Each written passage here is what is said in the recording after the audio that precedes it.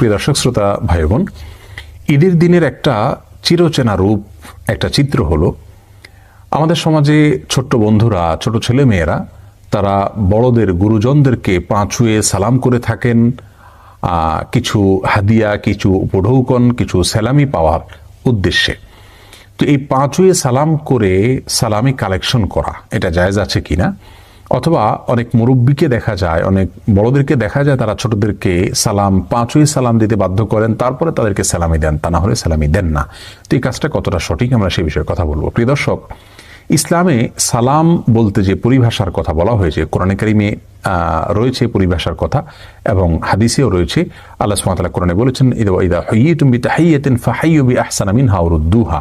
তোমাদেরকে কেউ যদি কোনো অভিবাদন জানায়, সালাম পেশ করে, তাহলে সে যে ভাষায় সালাম পেশ করেছে তুমি সেই ভাষায় তাকে সালাম ফিরিয়ে দাও, জবাব দাও, ফিরতি সালাম দাও, অথবা তার চাইতে বেটার বা তার চাইতে আরো উত্তম শব্দ ব্যবহার করে তাকে সালামের জবাব দাও। রাসূল করিম সাল্লাল্লাহু আলাইহি ওয়াসাল্লাম সালাম দিতে আমাদেরকে নির্দেশ করেছেন। চিনি না, যে কোনো মানুষকে, চেনা অচেনা সব মানুষকে সালাম দেওয়ার নির্দেশ তিনি করেছেন। সালাম মুখ দিয়ে উচ্চারণ করে একজন আরেকজনের শান্তি কামনা করে দোয়া করা হয়, সেটাই হলো সালাম। পা ছুঁয়ে সালাম করার মতো কোনো ধারণা ইসলাম আমাদেরকে দেয়নি, যার কারণে পা ছুঁয়ে যে কাজটা করি এটাকে আসলে সালাম বলাটাই সঠিক নয়, এটা কোনো সালামই নয়।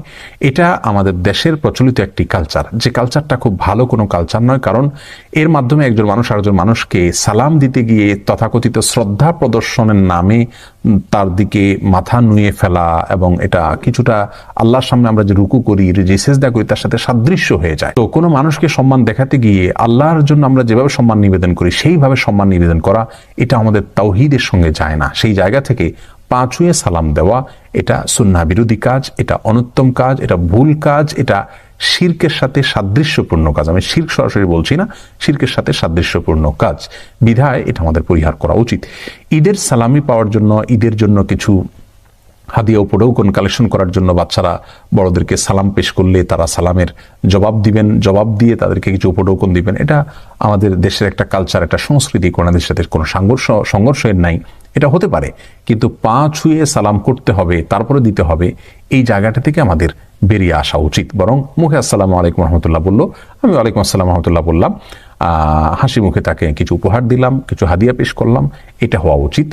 আর বাচ্চাদেরকেও সালাম, পা ছুঁয়ে সালাম দিতে বাধ্য করা উচিত না, বরং তাদের শেখানো উচিত যে না, পা ছুঁয়ে সালাম নয়, পা ছুঁয়ে সালাম করতে গেলে তুমি মাথা নত হতে হয়, এ মাথা শুধুমাত্র আল্লাহর জন্য নত করা, এটাই একজন মুসলিমের জন্য ইসলাম কর্তৃক নির্দেশিত। বিধায় আমরা পা ছুঁয়ে সালাম দিয়ে সম্মানী নেওয়া, অথবা পা ছুঁয়ে সালাম করার পর সম্মানী দেওয়া,